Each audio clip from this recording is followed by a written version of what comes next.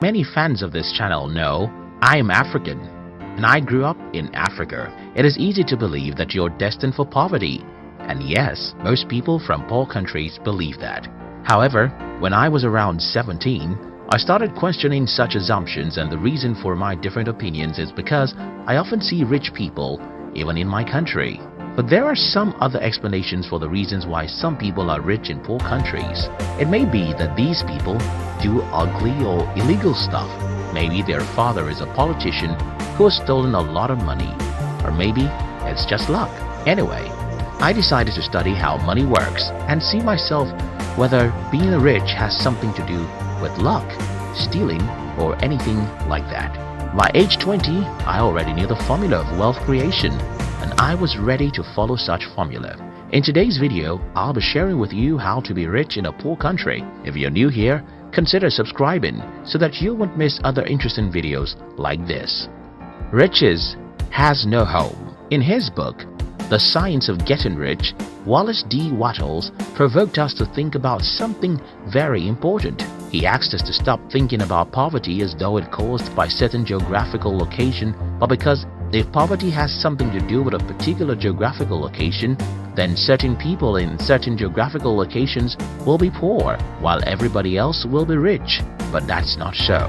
As we make this video today, millions of people are poor even in the richest countries of the world. For example, more than 70% of Americans live from paycheck to paycheck, according to some studies. And think about this, many people even in the poorest countries of the world are very wealthy. What does this tell us? I think it's very simple. Money doesn't have anything to do with where you live. But there's another problem here. If money doesn't have anything to do with where you live, then why do we have more poor people in certain continents than others? Why do we have more poverty in Africa and Asia than in Europe or America? I think I have an answer, and that has to do with conditioning. Like begets like. The story was told about a farmer who brought an eagle's egg from his farm. When the farmer got home, he added the 3 eagle eggs with his chicken's eggs, and his chicken hatched the eggs with hers. Many months after the little eagles have been hatched, they are there right with the chicks, eating everything the chicks were eaten, walking around the way the chicks walk around and having the same aspirations like those of the chicks. These 3 eagles grew up and lived their entire life just like chickens. They never flew or dared to live like an eagle. I'm sure that you will believe this story easily because it happened in the kingdom of the birds. Well, like those eagles, like always begets like, even amongst human beings. So, what happens in poor countries is that when you're 7 years old, you'll notice that everyone around you is poor. And not just that these people are poor, they always blame someone else for their poverty. At age 7, you may not understand these people, but by the time you're 17, you're already successfully initiated into their evil world. What then happens is that as a young adult, whether you listen to your father, your mother, your uncles or teachers, everyone is blaming someone else for their state of being poor. It doesn't matter how strong you are, the natural thing to do is to become like these people. By the time an average human is 21 in a poor country, he has started thinking that the reason why he is poor is that the government or devil makes him poor. From this point, you can see how easy it is for these people to be poor and also make their children poor.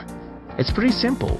Whenever you blame someone else for your life, what you're doing is folding your arms and saying, "It's not my fault. Let the man who causes man's poverty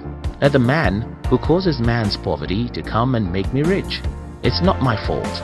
Let the man who causes poverty to come make me rich." So the number one reason why most people are poor in poor countries is that everyone around them is poor when they are growing up. These people would not have become poor solely because everyone is poor. It's even worse because most poor people blame someone else for their poverty, and then they successfully teach their children to learn how to blame others for their lives.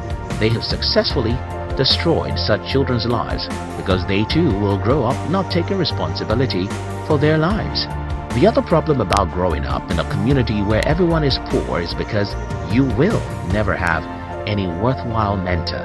Because everyone is poor, their advice will just lead you to where they are, and that's not where you want to be.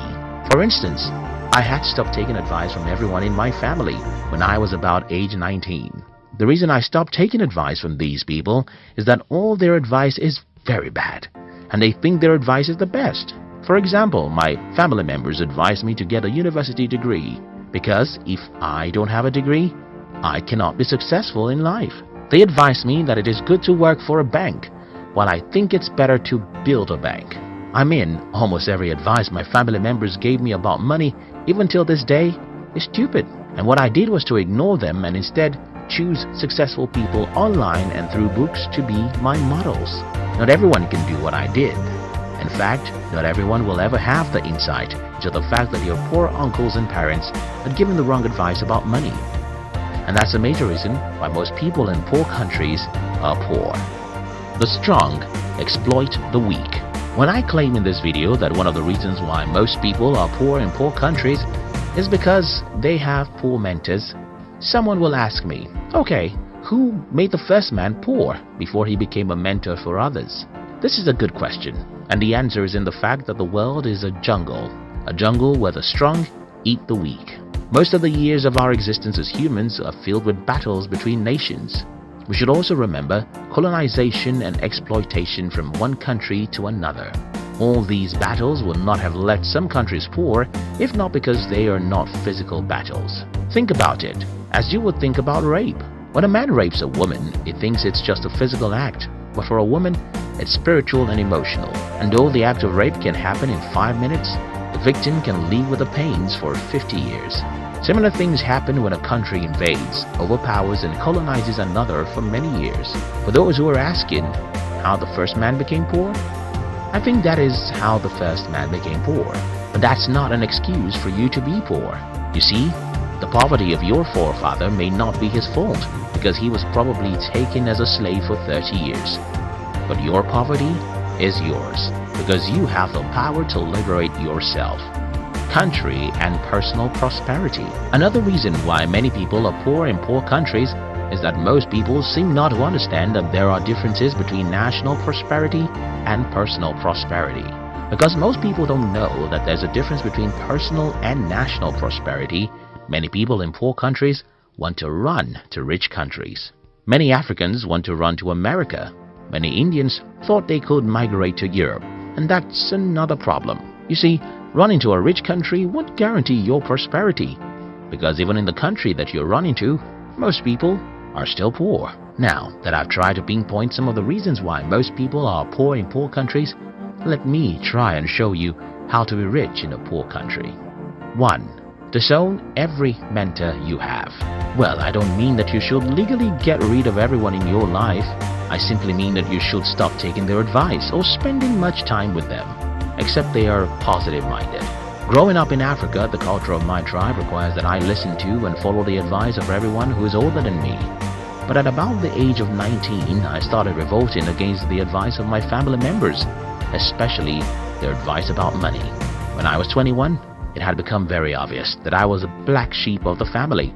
Until today, these people just don't have any advice I can follow about money. Don't get me wrong, I love my mother, father, uncles and siblings. I love my African friends, but I don't take advice or spend time with you if you're negative. This is the first thing I think you should do if you're from a poor country. Do away with negative people. Stop taking money advice from poor people. Instead, go to the library and read books from the rich and successful people. Check online and follow some inspiring people who will make you believe in yourself. 2. Understand the difference between personal and national poverty. Don't assume that you have to be poor simply because your country is poor. You can be rich, even in a poor country. As I have explained earlier, being rich is not a factor of where you are from or where you live. Being rich is a factor of how you use your mind. 3. See the half-full cup. I suffered ill health for the first 17 years of my life, and I hated life for every minute of those sicknesses.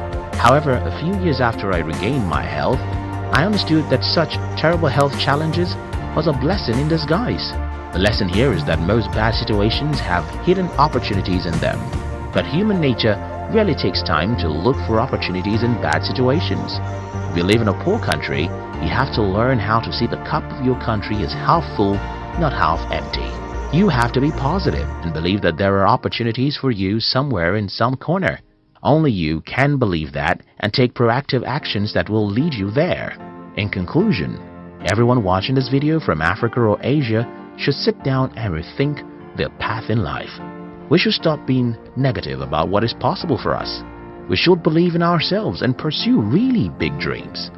We should understand that money is not a product of any geographical location, but the product of our mind. I hope this video helps someone. Thank you very much for watching our videos. I'd like to give you another interesting video for you to enjoy next. But before then, our team will be very happy if you can like this video and share it with your friends on social media. If you're new here, don't forget to subscribe so you won't miss other interesting videos like this. Look at your screen now to see 2 other videos we handpicked for you to enjoy next. We love you.